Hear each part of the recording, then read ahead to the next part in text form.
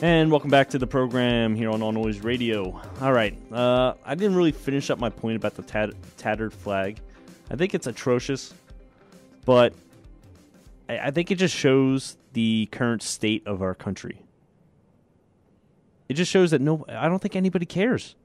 I don't think they care that they're American anymore. And our government's surely pushing this because they want us to be a global government at one point. Obama's a big supporter of that. But I don't think anybody understands what it means to be American anymore and what it stands for. The pursuit of happiness. That's one of the biggest phrases in the Declaration of Independence. Is the pursuit of happiness. It's not guaranteed. But you know what?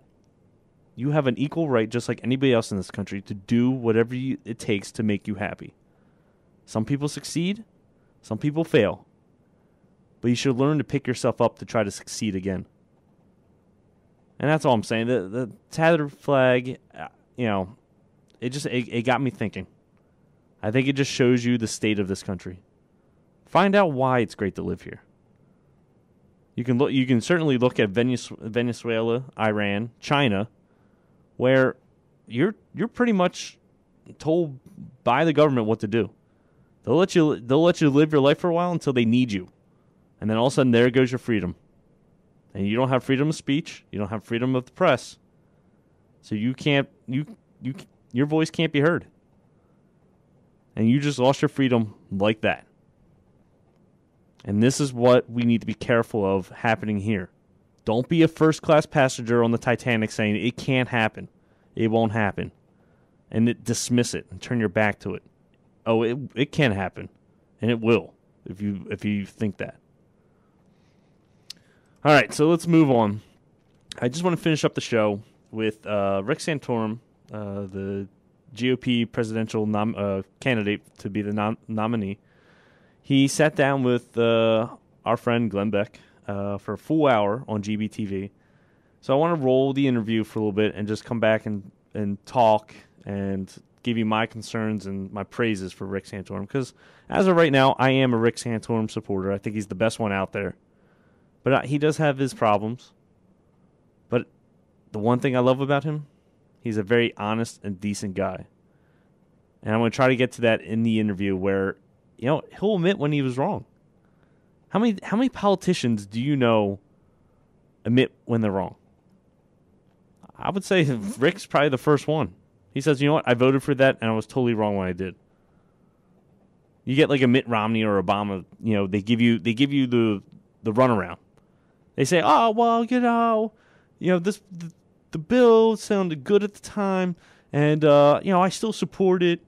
But we could probably change it. Just no. I'm sorry. If you don't believe it that much, you should just say, listen.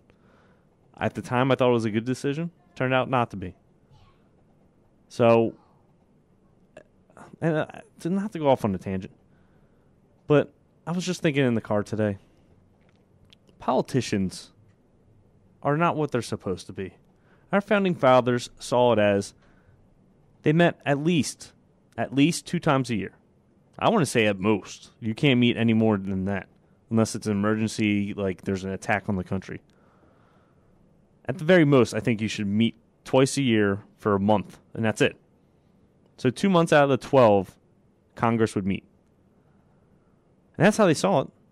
They saw the politician job as jury duty. Because back then, people had to ride horseback to get to the Capitol. Took days and weeks and maybe months. And they knew that nobody wanted to leave their families and their businesses back at home. Think of jury duty today. Nobody wants to go to jury duty. It's your duty as an American, but nobody wants to go to it. Nobody wants to be there. Because you're isolated from your job. You're isolated from your family. And that's how the Founding Fathers saw a politician. You're there to serve. You're getting compensated to serve. Not this $175,000 a year and you get to work full time and you get all these benefits and that's all you do. You sit in Washington and you make legislation. No. You're just supposed to meet a couple times a year just to make sure everything's running right. You need a little something here, a little something there, and then it's over. Done. You go back home. So they saw it more like jury duty, where a politician didn't want to go, but he knew he had to because he wanted to serve his country. And that's what we consider. We consider it serving, but this ain't serving.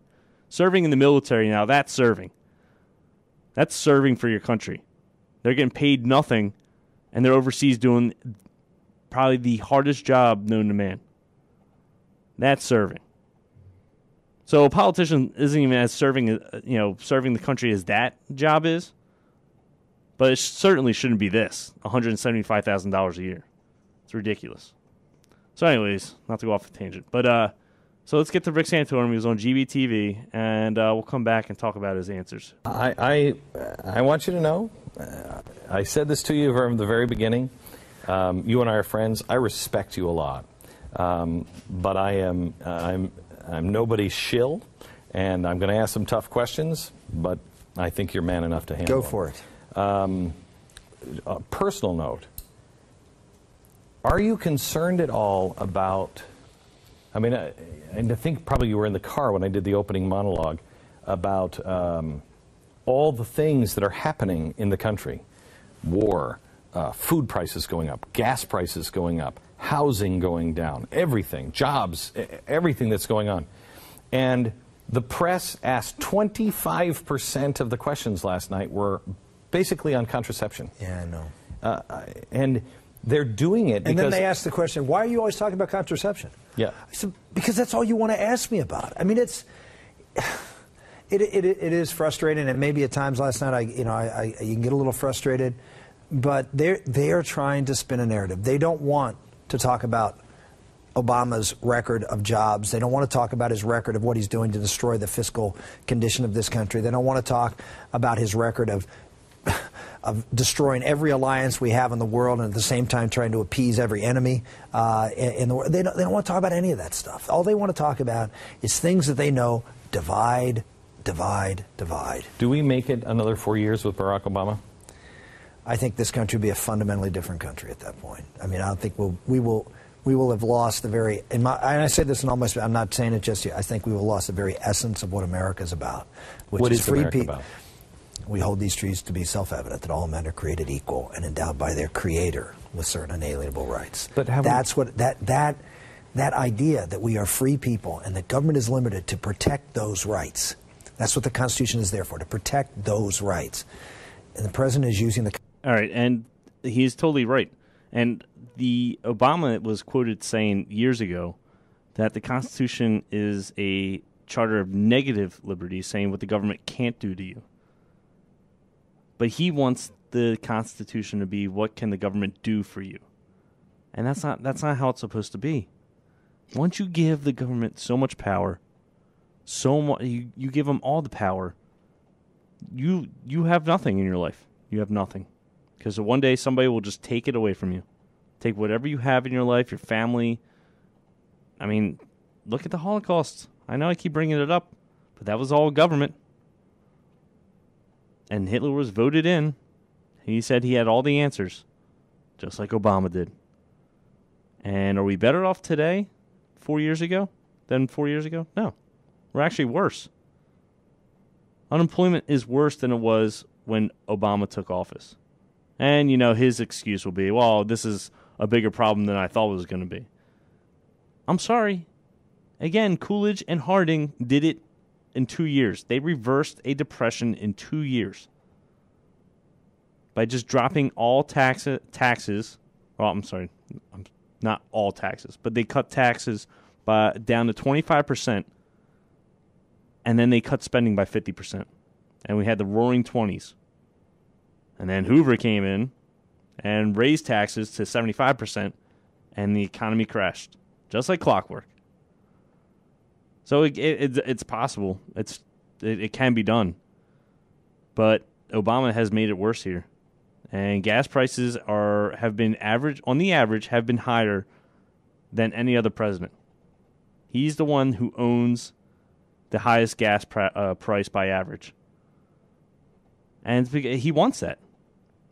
Him and his administration want high gas prices because they don't want oil being drilled. Well, guess what? There's no food if there's no oil. And we'll have to touch in the last segment of the show. The Occupy Wall Streeters have come out with their actual demands, and the first one will just blow your mind. You'll be like, what? How do we even succeed with that first demand? All right, let's continue here with Rick Santorum on GBTV. Constitution, in many respects, like the French use the French Constitution, which is to wield it and impose their will. Do you think we're on a course for a dictator, whether it's him or somebody else? Are we on a course of a dictatorship? I would say this: we're on the course toward being I wouldn't say dictatorship because I think that sort of presumes sort of someone Fascist. taking over. but I think you're looking at European socialism at a minimum. I mean, if you want to call at a minimum, European socialism, the same Europe that is on fire right now in debt, and they can't control their citizens. There's fires in the streets in Greece, in the UK. Is that what we want? How did this country survive for so long? Was it from capitalism and freedom? And the government, a very small and limited government? No. I mean, that's how we survive. Europeans have always... Think about how many times different styles of government have been changed, different regimes have changed over in Europe and Asia. They're all screwed up. We've in the last 250 years, we've stayed the same when all those other countries have changed their systems of government. They have, each country probably has like 12 constitutions because they all don't work because they're all socialism and Marxist. And that's just how it works over there. And Rick's exactly right. That's what we're moving towards. I mean, you've heard Hillary Clinton say it so many times. Obama's said it so many times. We want to be like the Europeans. What? And leave our values and our morals as Americans? No. Get out of here. What's going on in Greece, what's going on in France, what's going on in Belgium and a lot of these countries. I mean, these are just large bureaucratic states where the people have lost their in many respects lost their work ethic, lost their hope and their vision of what our country can and should be. I was just in Athens this weekend, and the people are dead inside. They're dead inside. The ones I met. Now, granted, it was midnight, but they were dead inside. They didn't have the hope of things are going to get better. Yeah. And people looked at the Occupy Athens people that are burning things down, and then the central banks and saying, they're all criminals. Doesn't matter. Doesn't matter. They're just kind of standing in between watching this clash between the two. I mean, if you don't see this coming here, then you're blind. You're the first class on the Titanic, because it is. And Greece doesn't, just like Glenn was just saying there, the citizens he met, they don't stand for anything. But like, once you don't stand for anything, you don't have any beliefs, you're screwed. You're screwed as a country. All right, we'll be right back after the commercial.